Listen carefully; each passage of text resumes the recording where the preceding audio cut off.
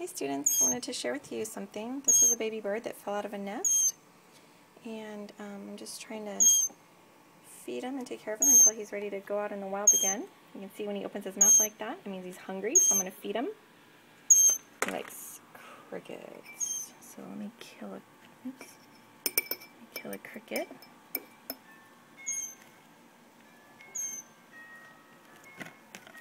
They're kind of wily and hard to catch. Oh, this one looks already dead. Okay. So, there's the baby. And oh, he's so hungry. There you go. Okay, there you go. Oh, yummy, yummy, yummy, yummy.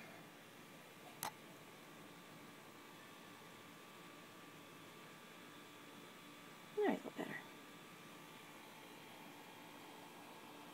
Anyway, thought you guys might like to see him. He's so cute. In fact, I'll pull him up so you can see him a little bit better. He's a mockingbird. There he is. Pretty cute. You can see he's got fuzz on his head still.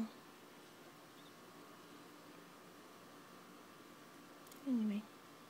Okay, guys. See you all very, very soon.